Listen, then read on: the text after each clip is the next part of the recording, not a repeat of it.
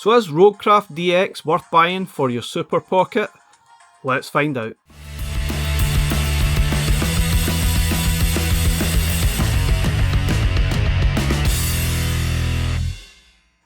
Okay guys, we're going to be having a look at Roguecraft DX on the DJI Super Pocket. Obviously this is compatible with all Super Pockets and all Evercade products as well. This is Roguecraft DX, this is from the blue label, it's an Amiga title, number 9, and it's a roguelike sort of dungeon crawling style game, turn-based sort of thing. Hard to explain, but I'll try and explain it as we're going through the video. I have already looked at this on the Evercade VS, so if you want a more in-depth video, I'll leave a link in the description. In this video, we're really just looking at compatibility with the Super Pockets. Is it worth buying? Let's find out. Okay guys, so this is a very simple game to actually play. You only really need the D-pad and the A button, so there's no use of the shoulder buttons or anything else for that matter. You can actually turn the music on and off using the shoulder buttons, but other than that, that's it. So we don't have any issues with that. The only issue I'm probably going to see here is probably the size of the screen, which may cause some issues.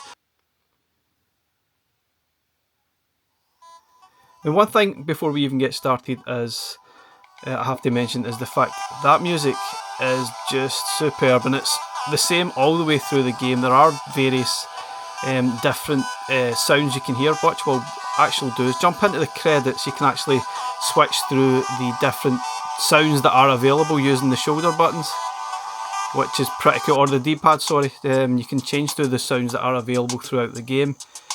What sounds, and when you're playing the game, it's just brilliant, really, really good.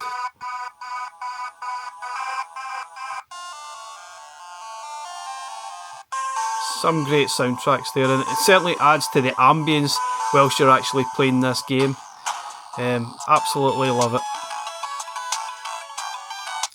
Lovely. Anyway, let's jump back out of there. That's really just it. Now, another thing that we want to maybe touch on is that obviously the sound is far better on the Super Pocket. It's much louder than you'll experience on the EXP. I just felt on the EXP it just seems very, very quiet. Now on here, obviously you've got high scores, which will save your progress as well. Once you obviously get to a certain point, your high scores will save, and you can put in your initials as well. I've only got to, I think, level 10 so far out of 15, which isn't bad. There is no save states in this, so you're going to have to play old school, which I think it's a great idea. There's no save states. It adds longevity to the title, but sometimes it does get frustrating playing through the initial levels over and over, but still, it's such an addictive game, you probably won't mind too much. There is also achievements in the game. So far I've unlocked, I think, 6. I don't know how many there's there. I think it was about 18, so maybe I've got about half of them unlocked already. I think some of them you have to use the different characters available as well to unlock some of those achievements. There are 3 difficult levels, which is basically the characters to choose from. You got Warrior, which is the easiest setting. You've got the Rogue, which is the medium setting, and you've got the last one, the hardest one, the Wizard. He can fire from a distance, but he only starts off with a very minimal health bar, which makes it really, really tough. So you're probably trying to avoid monsters rather than taking them on. So in this video, we're just going to look at playing through as the Warrior. Now, probably the first thing I have to sort of notice here is that the screen is very, very small.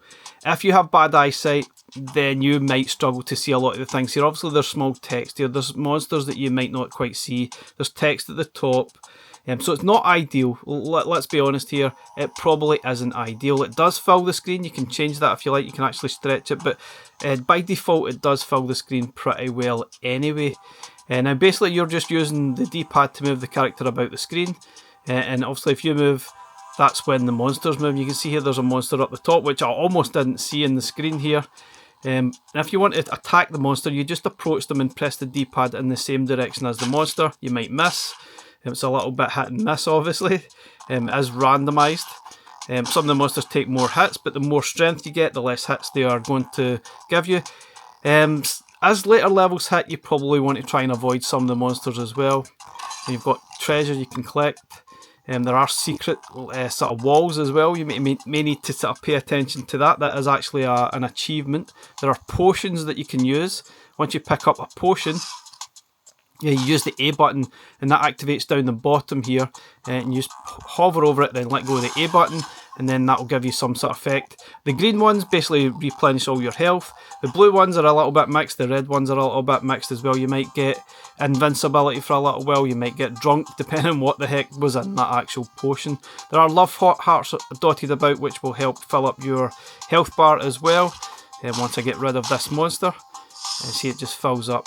Avoid obviously the fire and other obstacles like that. You can see at the top right, maybe just, there is a map that shows you the progress that you are making, or not. Now basically, the whole idea of the game is to find the key that activates the exit and then move on to the next level. And as I said, there are 15 levels overall.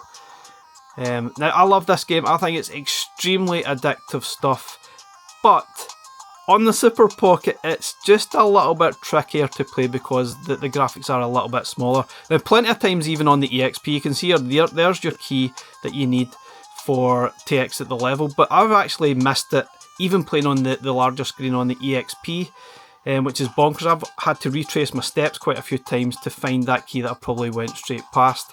It's quite easy to miss. You can see on the smaller screen. You would miss it quite a lot easier than on the EXP, so it's not ideal. Still though, it's still a great fun game to play. The D-pad is absolutely fine. There's no any issues hitting any of the moves.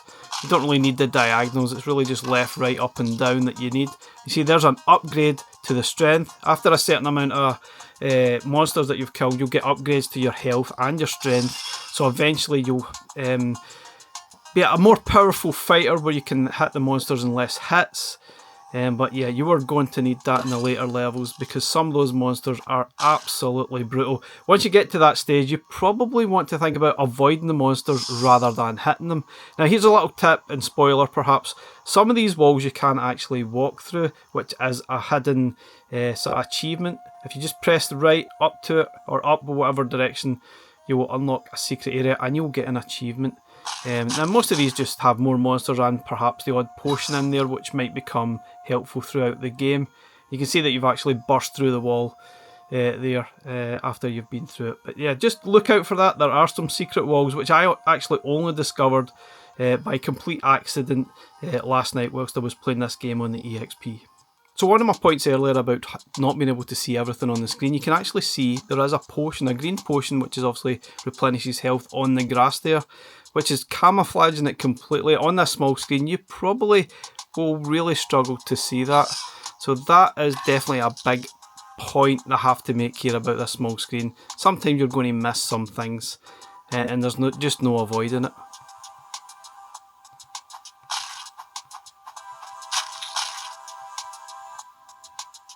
Then eventually you will get to the exit. The exit's usually this strange thing in the middle of the room, which I guess is some sort of lift mechanism that takes you to the next stage, which I'm guessing you're going lower and lower to the depths of hell.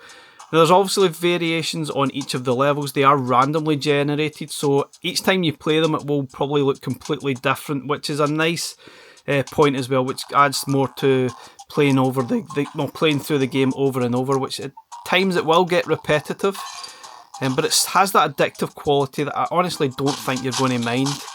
So guys, no doubt this is a really cool game, probably not quite perfect for your Super Pockets right enough due to the fact it's a small screen, so if you're buying, please bear that in mind, but still it's a great title.